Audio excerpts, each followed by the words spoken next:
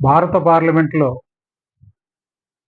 కేంద్ర మంత్రి అయినటువంటి అమిత్ షా గారు రాజ్యాంగం మీద చర్చ నడుస్తూ ఉన్నప్పుడు అంబేద్కర్ అంబేద్కర్ అంబేద్కర్ అని 7 సార్లు అని అంబేద్కర్ పేరు జపం చేస్తారండి, ఏ దేవుడి పేరు జపం చేస్తే పుణ్యం అని వస్తుందో అని చెప్పేసి మాట్లాడడం, దాన్ని తీవ్రంగా ఖండిస్తున్నాం. అమిత్ షా గారు పాపాలు ఎవరైతే చేస్తున్నారో వాళ్ళకి పుణ్యం కావాలి. నిక్కచ్చిగా ఉన్నటువంటి మానవులందరికీ కూడా కావాల్సిన భారత రాజ్యాంగం. ఆ భారత రాజ్యాంగం రాసినటువంటి డాక్టర్ బాబాసాహెబ్ అంబేద్కర్ గారే దేవుడు అన్న విషయాన్ని నేను స్పష్టంగా చెప్తున్నాను. కొన్ని ఎగ్జాంపుల్ చెప్తా మీకు. మన మాజీ ప్రధానమంత్రి ఇందిరాగాంధీ గారు ప్రధానమంత్రి హోదాలో కేరళలో ఉన్నటువంటి ఒక టెంపుల్కి వెళ్ళినప్పుడు ఆ టెంపుల్ లోపలికి ఇందిరాగాంధీ గారిని రానివ్వలే.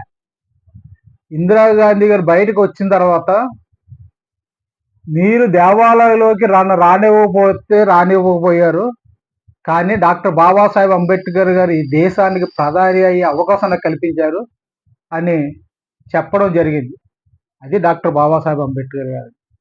అంతేందుకు మోడీ గారు, మీరు ప్రధానమంత్రి అయిన తర్వాత నేను టీ అమ్ముకునేవాడిని ఈరోజు దేశ ప్రధాని కాగలిగాను అంటే దానికి ఏకైక కారణం డాక్టర్ బాబాసాహెబ్ అంబేద్కర్ గారు అనే కదా మీరు నోటని చెప్పారు. అటువంటిది మీ సమక్షంలో పార్లమెంటులో అమిత్ షా గారు అంబేద్కర్ అవహేళన చేసినట్టు మాట్లాడుతుంటే దాన్ని మీరు తీవ్రంగా ఖండించకపోవడం చాలా బాధగా. ఖండించడం కాదు, ఆయన్ని మీ నేతృత్వంలో ఉన్న మంత్రివర్గం నుంచి తక్షణం బర్తరఫ్ చేయాలని కూడా మేము కోరుకుంటా ఉన్నాం. చాలా విషయాలు చెప్పాలి. ఈ రోజున భారతదేశంలో ఉన్నటువంటి స్త్రీలు వాళ్ళకి సమాన హక్కులు కావాలి, వాళ్ళని చదువుకోవడానికి వీల్లేదు అని చెప్పినప్పుడు డాక్టర్ బాబాసాహెబ్ అంబేద్కర్ గారు స్త్రీలకి సమాన హక్కులు ఉండాలి, వాళ్ళు చదువుకోవాలి, పురుషులతో పాటు సమానంగా ఉండాలని నినదించి హిందూ కోడ్ బిల్ని రచించి పార్లమెంట్లో పెట్టిన తర్వాత ఆ హిందూ కోడ్ బిల్ వీగిపోయిన తర్వాత మహిళల కోసం తన న్యాయ శాఖ మంత్రి పదవికి రాజీనామా చేసిన మహానుభావుడు డాక్టర్ బాబాసాహెబ్ అంబేద్కర్. ఆయన మహిళలందరికీ దేవుడే కదా. అంతేకాదు, భారత రాజ్యాంగం రాసినప్పుడు ఈ దేశంలో కులాలు, విపరీతమైన కులాలు ఉన్నాయి, మనుషులుగా చూడనటువంటి సమాజం ఉంది. ఈ సమాజంలో బతుకుతూ ఆర్థికంగా వెనకబడి ఉన్నటువంటి బీసీల కోసం, వాళ్ళ స్థితిగతుల కోసం కమిషన్ వేయవచ్చని నినదించినటువంటి మహానుభావుడు డాక్టర్ బాబాసాహెబ్ అంబేద్కర్ గారు కాదా? వాళ్ళకి సంబంధించే కదా 340 ఆర్టికల్లో పెట్టడం జరిగింది.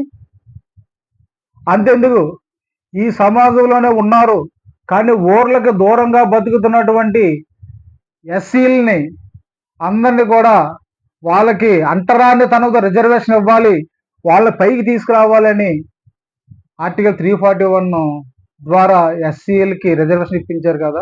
మరి వీళ్ళందరూ కూడా దేవుడు డాక్టర్ బాబాసాహెబ్ అంబేద్కర్ గారు కదా. ఇంకా ట్రైబ్స్ ఉన్నారు, గిరిజనులు, వాళ్ళు ఈ సమాజానికి దూరంగా ఎక్కడో అడవుల్లో బతుకుతూ ఉన్నారు, వాళ్ళ ఆర్థిక పరిస్థితి బాగాలేదు కాబట్టి వాళ్ళకి సాంఘికంగా వెనకబెట్టడంతో ఉన్నారు, వాళ్ళకి రిజర్వేషన్ కావాలని ఆర్టికల్ 342లో చెప్పడం జరిగింది కదా. మరి వాళ్ళందరికీ కూడా డాక్టర్ బాబాసాహెబ్ అంబేద్కర్ గారే దేవుడు కదా.